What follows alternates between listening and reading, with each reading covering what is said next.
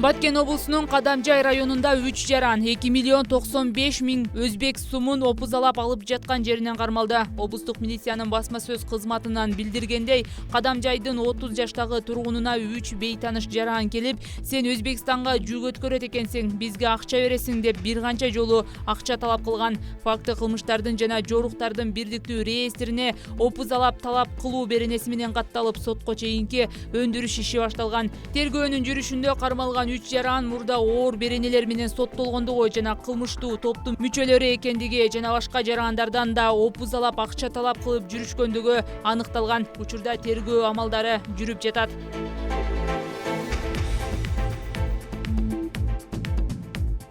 23 ноябрга карата Токтогул суу сактагычындагы суунун көлөмү 14,1 миллиард куб метрди түзөт. Ошондой эле бул көрсөткүч өткөн жылдын ушул мезгилине салыштырмалуу 2,4 миллиард куб метрге аз. Бул тууралуу Улуттук энерго холдинг ишканасынын төрагасы Нурбек Козубеков президенти милдетин аткаруучу Жогорку кеңештин төрагасы Талант Мамытов менен жолугушуу учурунда билдирди. Козубековдун маалыматына ылайык, бардык ата мекендик энергетика компаниялары пландык оңдоп түзөө иштерин өз маалында жыйынтыктап, жылытуу сезонуна толугу менен даяр. Талант Мамытов күз-кыш мезгилинде калкка электр энергиясын үзгүлтүксүз берүүнү камсыз кылуу зарылдыгын белгилеп, өлкөнүн алыскы аймактарына өзгөчө көңүл бурууга чакырды. Мамлекет башчысынын милдетин аткаруучу чакан ГЭСтерди курууга, чет өлкөлүк инвестицияларды тартуу боюнча иштерди күчөтүү, ал үчүн бардык зарыл шарттарды түзүү, иштеп жаткан ГЭСтерди реабилитациялоо жана өлкөнүн жалпы эле энергетикалык мүмкүнчүлүктөрүн саламжалдуу пайдаланууну камсыз кылуу керектигин айтты.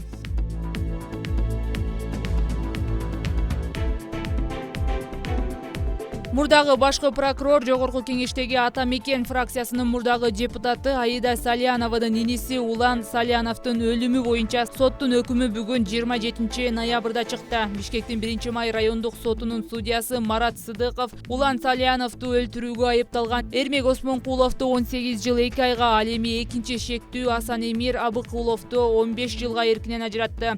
Ал эми үчүнчү шектүү Заур Насруллаев тууралуу сөз болгон жок. Прокуратура кылмышка шектүүлөрдү өмүр бою эркинен ажыратууну сураган.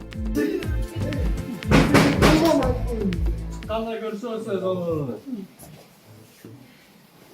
Abi sapma, çocuk, duralım şey, o eşek, soda vermese seni. Biz duralım gibi.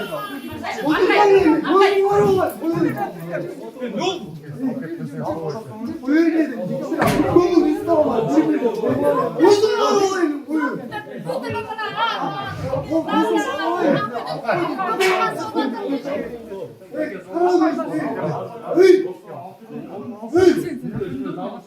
Aradayım. Dokun gitmedi o ya. Ya. Ötü konuşuyorsun. Ha iyi, soğuktan gelmişsin.